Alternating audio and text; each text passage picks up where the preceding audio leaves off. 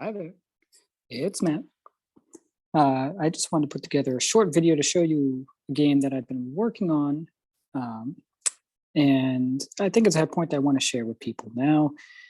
It could still use some fine tuning maybe, but I thought you might find it interesting. And I found it easier to probably show this with a video than maybe with written rules while I work on finishing those up. So this game is called The Magnificent, a crowdsourced game of magic. And it is designed not only by me, but by, let's see, we have here CL, Igor, Zuber, Birgit, Röscheisen, Fernando, Stephen Tondeur, and Teuber, Dante. And the idea behind this game was that I asked people on Board Game Geek to throw out ideas for rules behind this game that I had put a basic storyline on, and then did a very basic setup and had people throw out rules. And then I worked with what people threw out there to make it a playable game. And this is what I have come up with. So let me read you the story real quick. The story is, I am, fill in your name here, the Magnificent. Some of the people passing by pause to look at you. You are a street magician arriving in the square of a busy, touristy section of downtown. Somebody takes you up on your offer of pick a card, any card, taking a card from your deck of playing cards. Look at your card and show everyone else, but not me. Now here, take the rest of the deck and place your card face up on the bottom. Good, good. Now hand the deck to someone else, another assistant for the show. Excellent. With the help of some more assistants, but without me ever touching the deck, I will use magic to make your card appear on top of the deck. Will your performance go as planned? So this is a in-hand game for the in-hand game design contest on Board Game Geek. And what you need to play is you need standard deck of cards, but you don't need all of them. I had started out with all of them, but that was too much to work with. So all you need is 26 cards.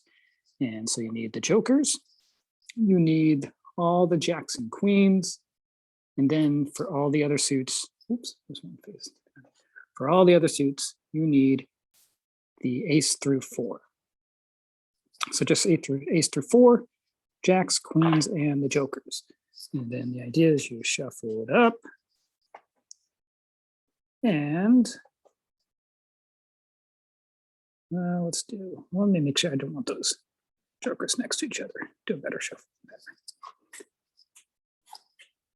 Okay, so then the setup of the game is, so you've handed a deck to somebody, or they've picked a card. And if you get a joker or face card to start, you put it. Jokers always go, when you draw them, they always go face up at the bottom of the deck. They'll eventually work their way up, but you can always splay your cards and you'll be able to see where the jokers are once they've been revealed. Let's see what's next. Okay, so now we have, this is the card that the audience member picked. And we have to make that get to the top of the deck. But there's a couple other requirements. There are going to be, let me see if there's any face cards here. Yeah, so we were to draw on your turn. What you do is you draw 2 cards. And if you ever draw, you saw a joker, you just put a face up on the bottom. If you ever draw a face card, it goes face up on the bottom, but it sticks out a little bit. This is your crowd that is watching the show. They can't see the card. But what you need to do then to get, when you get this to the top, you have to have a crowd member that is the same suit as your card.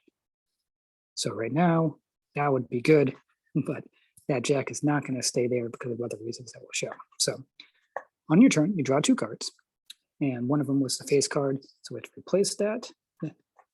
Anytime you draw a face card or a joker, they just go to the back automatically. If you draw 2 cards that go automatically to the back, you can put them in whatever order you want in the back. All right, so now we have 2 cards. And then you can start using your magic to make the cards, to rearrange the cards or the audience so that you can win the game. So here I'll explain the 2 suits that we have. Each suit has its own magic that you can perform with it. So with hearts, that would be levitation. And that's as if you're giving it life. you're giving something life to make it rise. Oops, sorry, I made the screen blur there.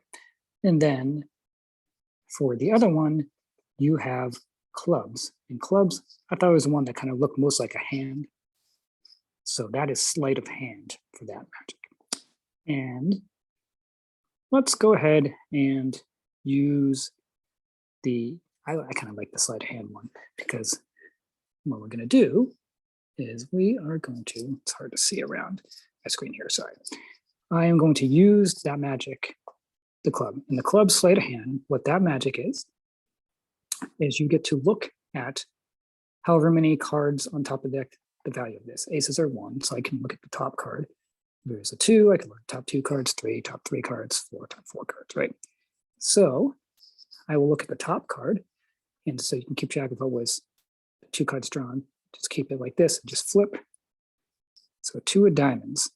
So I can choose to place that in my, so with the sleight of hand, what you do is you pick either that card or the other card that was in your hand, and you can put that to up your sleeve to save for later. So using your sleight of hand to save that card. Let me save, no, I'm going to save that 2 of diamonds. So I take that 2 of diamonds, and what you would do is you use your pinky and your ring finger, your right hand, or left-handed, your left hand, and you hold it like that. And you have sleeves on, you can actually stick half the card under your sleeve, and it's up your sleeve, quite literally. So I like that. Very thematic. All right, so now we have that card, and on any turn later on, if I wanted, when I draw 2 cards, I can choose to replace one with the cards with that card that I have up my sleeve and discard the other card that I want to use. But for now, I've used that magic. I've used the ace clubs. So now I discard these cards. And you can choose the order you want to put them in if you care to. And then before you draw 2 more cards, the last step to check is, did you perform the magic that the top person in the crowd, their suit is? So we did not. We performed club, not diamonds. So this person leaves. They're not interested anymore. They're not watching. So they have left. Now we don't have any crowd. So now we need to try and get some more crowd back there, and hopefully some diamonds later on, and get that the card to the top, because you see we've been putting those at the back, so the card is starting to make its way to the top. So let's see what we draw next. 2 cards, another joker, so that goes automatically to the back, face up. We draw a card to replace it. It's a face-up card. It's a face card. Put that face up in the back in the crowd. And now we have 2 cards to choose from. So we don't have much of an option here. We can perform spades. Or, again, I could choose to replace the card that I have in my other hand up my sleeve to replace one of those. I'm going to show you what a spade does. So spades magic is penetration, like when you cut something, you see a magician like cut something in half or something like that. So what you're going to do is you can cut the deck with the spade magic, and you can cut it. If you use the ace, it'd be 1 card down. With a 3, it'd be 3 cards down. With the spade power, though, you can also choose to cut 1 card up or 3 cards up. So you can bring cards back from the bottom. So how that would work is if I use the ace, I'd bring this top card back to the top of the deck. Or if I chose to do it from the top of the deck, I could move this card to the bottom of the deck, cut it, and then move to the bottom. And when you cut from the top, you can also look at it too. That's a 2 of clubs. So yeah, when we do that, let's cut. Well, let's use a 3. Let's get things moving a little bit here just to show things. So you can still take a peek. Can't rearrange them, but you can still take a peek of what's under it. So they'll be going Jack of clubs, Queen of spades, and a 2 of clubs. Okay, so we've cut the deck by 3, moves to the bottom, and then we discard the 2 cards, use the magic, Then we evaluate our crowd. She wasn't impressed with that because she wanted hearts. She wanted levitation magic. So she leaves. She goes face down on the bottom. And now we're back to no crowd. Draw 2 cards. Let's see. So we have an ace and a diamond. Ace of diamonds and an ace of hearts. So let's show what hearts does next. So hearts is levitation, and that means you're bringing the card to life. You're like making it raise. So the idea is, again, depending on the value of the heart, you can move the card that was picked at the beginning of the game. We have to get to the top. You can move the card up the deck 1, 2, 3, or 4 spaces. So if we use that, we'll move it 1 up the deck.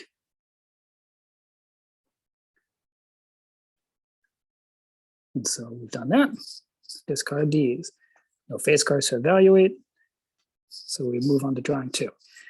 Now there's one other win condition that I didn't mention that I'll explain now too. And that's the jokers.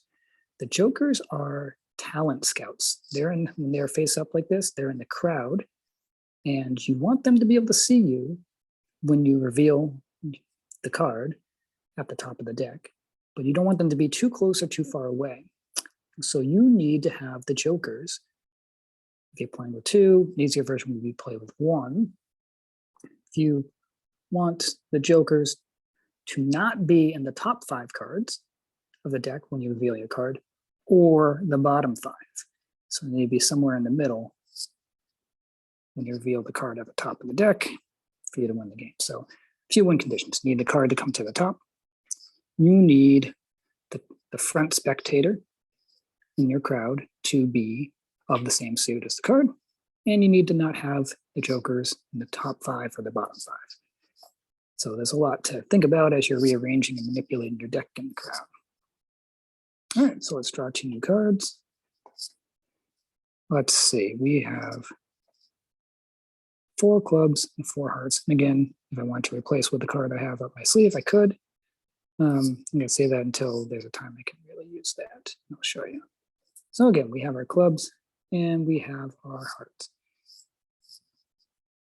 Why don't we levitate the card again to get it farther away from that joker? So move it up 4 spaces. So 1, 2, 3, 4.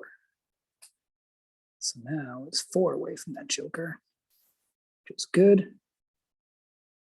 Well, not quite good yet. We needed to get past 5. So we need to move it 2 more spaces somehow or rearrange things. So we've used the levitation, put that on the bottom. No face cards to evaluate. Where is all our crowd? It must be coming up. Let's see. Here we go. Yep. So we can put them in any order since they go in the back automatically. Doesn't really matter because we just need a diamond. The other diamonds, put them back there. Okay, so now we have to be careful because the card is getting very close to the top. But we do not have a diamond face card in our crowd. So we don't want it to get to the top yet. So you know what I'm going to do? I'm actually going to use my card that I've been keeping in my sleight of hand here to replace one of these cards. Let's see, I'll replace the 4. And put that at the bottom, face down. So the only cards that will be face up in the deck are the card sticking out the bottom, face cards sticking out top, and jokers in the middle. Everything else will be face down. All right, so now I've replaced that. So now I can use the diamond, which I haven't shown you yet. So the diamond is distraction. They're shiny and they can distract somebody in the crowd. And that's another way to move the card. And I don't want it to reach the top yet, so I'm going to use the card 2. What the 2 means is you move it behind the second person in the crowd. So if it's ace, you move it behind the first person in the crowd. So 2, you move behind the second person in the crowd. So I'm going to move this all the way to the back, behind the second person in the crowd. You distracted them, and now it's hidden behind them. Yeah, looking in the wrong direction. So that's another way to move your cards. So the red magic always is something that moves the card. So they're the ones that can manipulate the card. So we've used that. Use the diamonds, put those at the bottom. We did not use a heart, so he's not impressed. Really. And now we have that queen of clubs there. Our heart is back towards, or the card is close to the bottom again. All right, let's draw two. We have this jack, which goes to the back automatically. Draw another card to replace it. So now we can choose to use one of these cards. Let's see. Well, so if I did want to use this three, but distract, I don't have three people in my crowd. So when that happens, I'm still debating what to do with this, but I think the best thing to do is just to use the highest number that's there. So you could put it behind the second one. But I think I'm going to, because I want to give it some space between this joker that's going to come back around.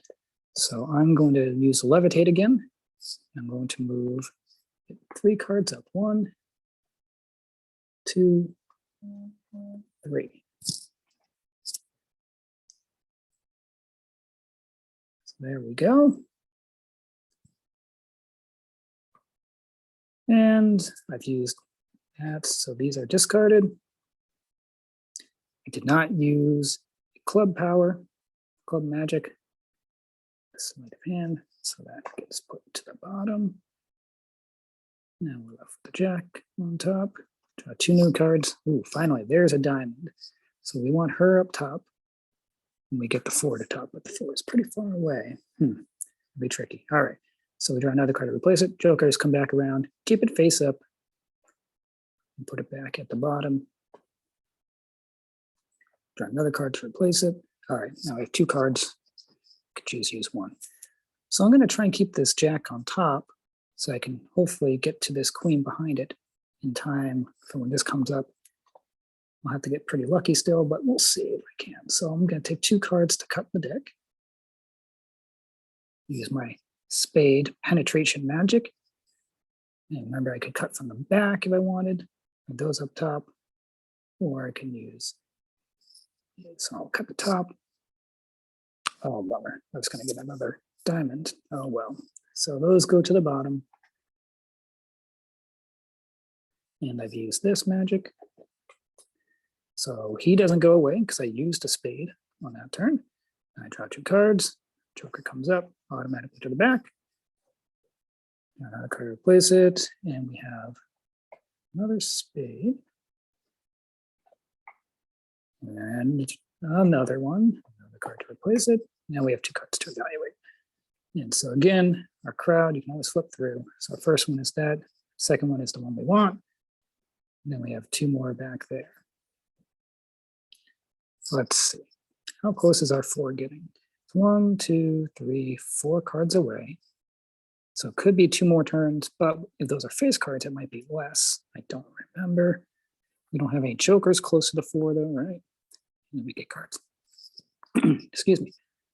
Now joker is pretty close to the bottom, but we get some other cards down there, that should be fine. So we're looking okay if we can get to this queen with that 4 up top. So what are we going to do? Well, I guess I'll use the ace to keep that jack there. So I'm going to cut the deck. I will cut the top. So I want to get this card moving up. And you can look at it before you put it down. A 3. Well, that would have been pretty good. Next turn. Oh well. So that goes to the bottom. Actually, it wouldn't have worked anyway. Oh well. So we've used that magic. Discard to the bottom. And now you evaluate the crowd. He liked that magic, so he sticks around because we used a spade. Draw 2 new cards. And she goes to the back automatically. Draw 1 more card. And so this isn't considered at the top yet. It's only when you go to draw it that's considered at the top. So we can have 1 more turn here. And had this been another face card, you've gone back and you only have 1 card and you were to draw this, you can still use this one if you want first. Otherwise, you could just discard it. But we have 2 cards to evaluate like normal. So what are we going to do? I don't want to distract because that would send our 4 back here. And I think we're going to be able to win. Levitate.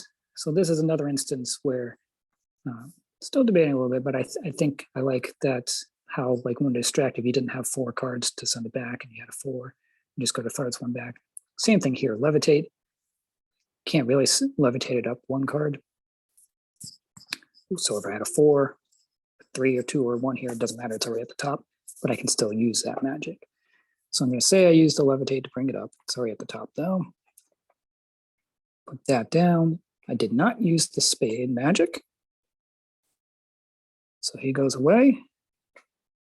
And now when we go to draw our next hand, there's our 4 right there. The card that magically made its way to the top of the deck. And it matches the queen, the diamond. You tell her to look down, look at the deck. And she's amazed that the 4 is made on top of the deck. Now we just have to make sure that we have actually won, that there's no jokers in the top 5. Does not include the card. So 1, 2, 3, 4, 5. Joker's supposed to be face up once we revealed in the first pass through, so shouldn't be any. Nope. No jokers. And then on the bottom, 1, 2, 3, 4. You count the crowd, 5. No jokers. So we won because there they were. And there's 1 in the middle. They're able to see it, but they weren't too close to have the magic ruined for them. So that's how you play the game. And again, I'm still working on it a little bit, but I think I like this version pretty good.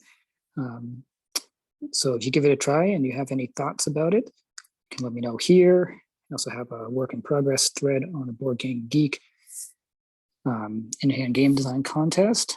So I'll put a link to that in the notes too below, and you can let me know. But otherwise, let's see what else might come up. Oh, so if a face card does come up during the game to the top when it's face up, and you go to draw it. So 1, and then 2. If it's already face up like that, it just gets put face down back at the bottom. So that's another way that card can go away. I spent too much time there. They leave. Jokers always go back to the bottom face up. So after the first pass, you know where they are. If you want a harder game, you could flip them back down. And you have to make more of a memory game. But yeah, that's the basic idea of it. So all you need is 26 cards from a standard deck. And yeah, let me know what you think. Thanks for checking it out. Bye.